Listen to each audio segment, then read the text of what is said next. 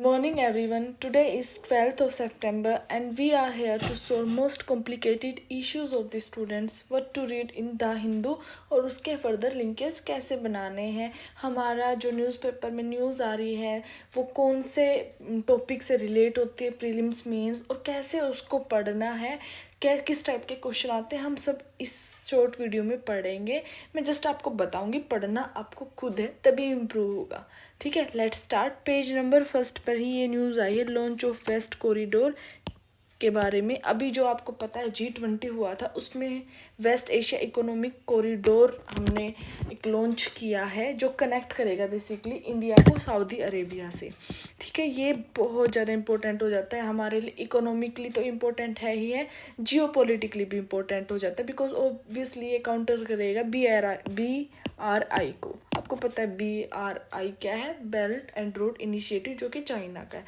तो इस न्यूज़ को आपको 360 डिग्री पढ़ना है कि इम्पैक्ट क्या होंगे, या फिर जियोपॉलिटिकल इम्पैक्ट क्या होंगे, इकोनॉमिक बेनिफिट क्या होंगे, हमें कनेक्टिविटी बढ़ेगी, सऊदी अरेबिया के साथ रिलेशन बढ़ेगी, बहुत सारे फैक्टर हैं। ठीक है, ये न्यूज़ हमारे लिए GS2 के लिए इम्पोर्टेंट हो जाती है। GS2 में जो IR वाला टॉपिक आता है मेंस में, और प्रीलिम्स में भी आपको पता है वेस्ट एशिया इकोनॉमिक कॉरिडोर कौन सी कंट्री के साथ साइन हुआ है, समथिंग लाइक दिस आ सकता है। ठीक है, इसके बाद हम मूव करेंगे पेज नंबर 5 पर। यहाँ पर ये एक देखेंगे आप, यहाँ पे एक न्यूज़ आई है। जो IISc है उसने जो डेवलप किया है, एक अप्रोच डेवलप की है कैंसर सेल्स को किल करने के लिए। IISc आपको पता है इंडियन इंस्टीट्यूट ऑफ साइंस है। ठीक है, तो बेसिकली यहाँ पे दो एलिमेंट्स की बात की गई है, कॉपर सल्फाइड और गोल्ड नैनो पार्टिकल्स, जिनसे कैंसर सेल की को किल करने की बात हो रखी है। तो बेसिकली देखो, आप न्यूज़ को गो थ्रू कर लेना, आपको थोड़ा आइडिया लग जाएगा। बट ये जो दोनों एलिमेंट हैं, जो कंपाउंड है, मैंने नाम लिए अभी, copper sulphide and gold nano particle, ये आपको याद रखने। यहाँ से प्रीलिम्स का क्वेश्चन इंपॉर्टेंट हो जाता है। इवन आप मेन से मेंशन कर सकते हैं, जहाँ भी कैंसर डिजीज से रिलेटेड कुछ आ रहा हो तो आप मेंशन कर सकते हैं कि ऐसे ऐसे से IIS ने ऐसे से डिस्कवरी करी थी। ठीक है, तो इस टाइप से हमें याद रखनी पड़ेंगी इन चीज़ें। प्रीलिम्स मेंस दोनों एक ही जगह से निकालना है, मेंस के लिए एग्जाम्पल, मेंस के लिए पॉइंटर फैक्ट्स, और प्रीलिम्स के लिए जो डायरेक्ट क्वेश्चंस हैं। इसके बाद नेक्स्ट पेज नंबर हम 6 आर्टिकल्स वाले पेज पे आ जाते हैं, एडिटोरियल्स वाले पे। तो यहाँ पे जो फर्स्ट एडिटोरियल आया है, इंडियाज़ मूवमेंट। ऑब्वियसली अभी G20 खत्म हुआ है, तो 3-4 दिन इवन ज़्यादा G20 के बारे में आर्टिकल आएंगे, एडिटोरियल आएंगे। और G20 इंपॉर्टेंट भी है, आपको हर चीज़ पता होनी चाहिए, कौन से डिसीज़न लिए हैं, कौन से इनिशिएटिव लिए हैं, वो कैसे हम पे इम्पैक्ट करेंगे, कैसे बाकी कंट्रीज़ पे, हर चीज़ मेंस के लिए इम्पोर्टेंट है बहुत ज़्यादा, इवन प्रीलिम्स के लिए। तो यहाँ पे और डिसीजन के बारे में बात हो रही है, जैसे इंडिया ने मिडल पाथ लिया, यूक्रेन और रशिया की जो वॉर की बात हुई थी, वहाँ पे फाइनली कंसेंसस रीच हो गया। किसी को नहीं लग रहा था कि इतनी इजीली हो पाएगा, बट इंडिया प्रूव्ड दैट।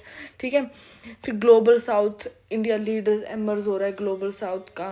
ठीक है, सिमिलरली जो क्रिप्टो करेंसी की रेगुलेशन की बात हुई है, क्लाइमेट चेंज पे मोर देन $10 ट्रिलियन की बात हो रखी है। ठीक है, चाहिए उसके लिए। फिर ये मिडल ईस्ट यूरोप को कॉरिडोर जो अभी ऊपर ऊपर पढ़ा हमने, ये सब, तो इसको गो थ्रू करोगे थोड़ा आइडिया लग जाएगा आपको डिसीजंस के बारे में। बट ये जो अभी मैंने आपको सब टॉपिक बताए, ये खुद बहुत इंपॉर्टेंट हो जाएंगे। इनके धीरे धीरे आर्टिकल आएंगे, इनके ऊपर एडिटोरियल आएंगे, वो सब हमें पढ़ते जाना है, और इनमें से किसी के ऊपर भी मेंस प्रीलिम्स में क्वेश्चन जरूर आएगा।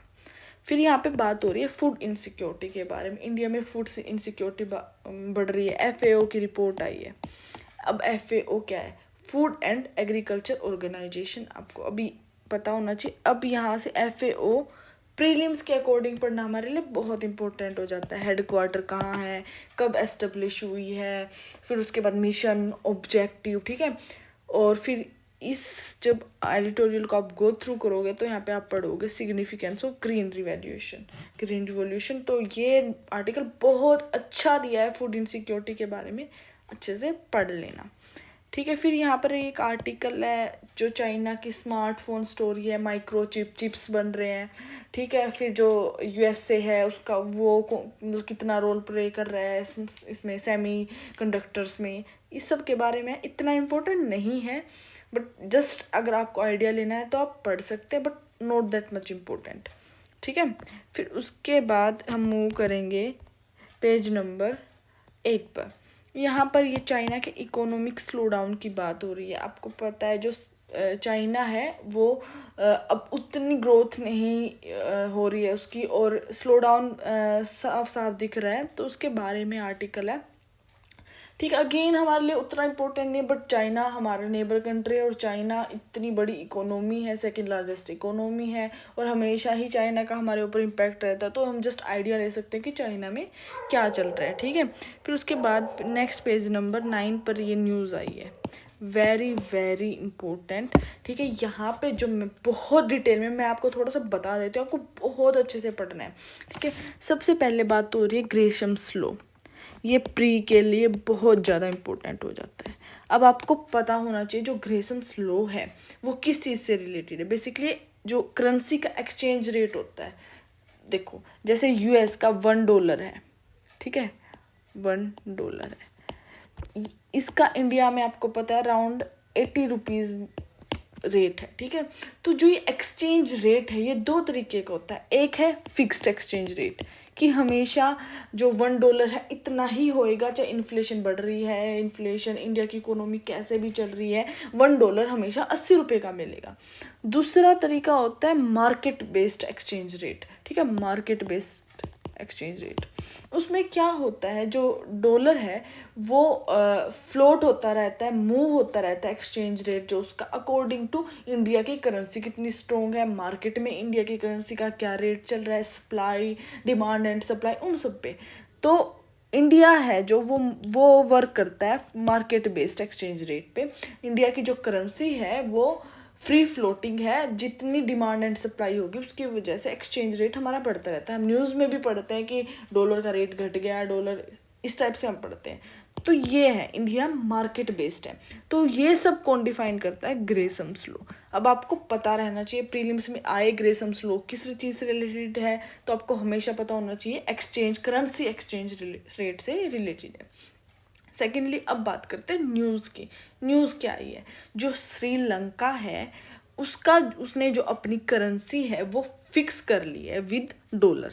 ठीक है, जो श्रीलंका की इकोनॉमी आपको पता है एक पिछले 2-3 साल से न्यूज़ में चल रहा है कि बहुत डाउन चल रही है, वहाँ पे वॉर हो रहे हैं, सिविल वॉर हो रहे हैं, चाइना का इम्पैक्ट है, इन सब की वजह से वहाँ पे बहुत ज़्यादा नेगेटिव इकोनॉमी है, बहुत ज़्यादा मतलब ग्रोथ नहीं हो पा रही है। तो अभी श्रीलंका ने क्या स्टेप लिया, उसने जो अपनी करेंसी थी वो फिक्स तो है ही उसकी करेंसी, उसने क्या कर दिया, उसको डिवैल्यू कर दिया। मतलब बेसिकली जहाँ पे जो $US के साथ उसने क्या करा है, अपनी वैल्यू करेंसी को घटा दिया। उससे क्या फ़ायदा होगा, फॉर एग्जांपल पहले $1 इज इक्वल टू था 60, अब उन्होंने $1 इज इक्वल टू कर दिया है 200।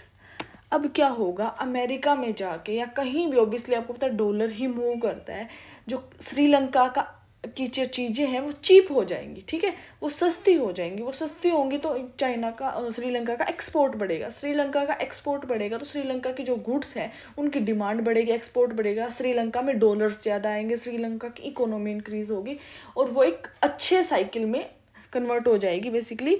फिर श्रीलंका की इकोनॉमी को एक हेल्प मिलेगी ग्रो करने में। ठीक है, तो ये बेसिकली रीज़न है जिसकी वजह से श्रीलंका ने अपनी वैल्यू, उसको जो करेंसी है उसको डॉलर के कंपेयर में डी वैल्यू कर लिया है।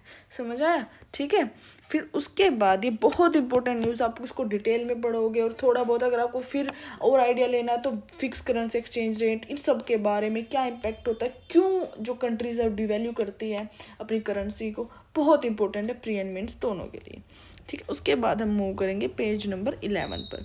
यहाँ पे अगेन चाइना से रिलेटेड G20 की न्यूज़ आई है। यहाँ पे क्या है, जो चाइना ने अपनी कमेंट किया है बेसिकली G20 को लेके, जो हमारा India waste India economic corridor बन रहा है उसके को लेके, ऑब्वियसली चाइना का कहना है कि वो इकोनॉमिक टाइज के लिए अच्छा, जियो पॉलिटिक्स के लिए अच्छा नहीं है।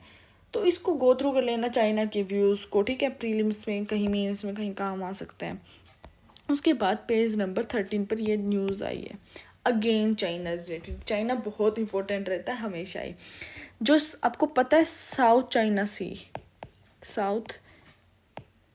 चाइना सी है, वहाँ पे 9 डैश लाइन है, 9 डेज लाइन क्या है? जो चाइना है वो क्लेम करता है साउथ चाइना सी को, तो उसने जो 9 डेज लाइन बना रखी है अपनी कि यहाँ तक ना मेरा है, यहाँ के अंदर जो भी आइलैंड है वो मेरे हैं।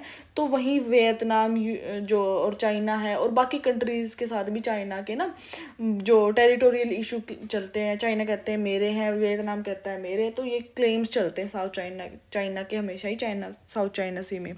ठीक है, तो जैसे आपने पढ़ा भी होगा पार्शली आइलैंड है, ठीक है, और ईस्ट पार्शियल आइलैंड है, सॉरी पार्शियल आइलैंड और स्पार्टली आइलैंड्स है। ठीक है, तो इन पे जो टेरिटोरियल क्लेम्स चलते हैं, मे भी तो साउथ चाइना में वॉर होने की सिचुएशन हमेशा ही रहती है, तो उसके बारे में न्यूज़ है, यूएस ने कमेंट किया है, तो आप गो थ्रू कर लेना। ठीक है, योर मैप को भी देख लेना, जो मैंने 9 डेज लाइन की बात करी है और पार्शियल आइलैंड और स्पार्शली आइलैंड की बात की है, और चाइना के बाकी क्लेम्स कौन कौन सी कंट्री के साथ है, ताइवान, जापान, सबके साथ इसके क्लेम्स हैं, जैसे इंडिया के साथ भी हैं ऑब्वियसली, तो गो थ्रू कर लेना, इंपॉर्टेंट हो जाते हैं वो आइलैंड्स। फिर यहाँ पे जो लास्ट में जो साइंस का पेज आता है, उसके सेकंड लास्ट पेज पे बेसिकली द हिंदू के यहाँ पे एक न्यूज आई है, what are pico flare jets. जो नासा है और यूरोपियन स्पेस एजेंसी है, उन्होंने उनकी फाइंडिंग्स है बेसिकली, उन्होंने फाउंड आउट किया something like pico flare jets. अब यहाँ से इम्पोर्टेंट हो जाता है क्या प्रीलिम्स के लिए कि पिको फ्लेयर जेट्स क्या है। ये बेसिकली एक सोर्स ऑफ सोलर विंड है जो हाई स्पीड के जो चार्ज पार्टिकल है उससे जनरेट होते हैं, ऐसा कुछ अभी पता है, अभी एग्जैक्ट और रीज़न हमें नहीं पता।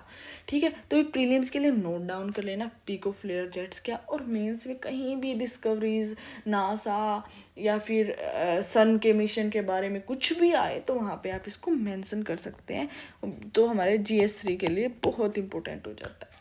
ठीक है, आज के न्यूज़पेपर में इतना ही। Thank you, keep watching.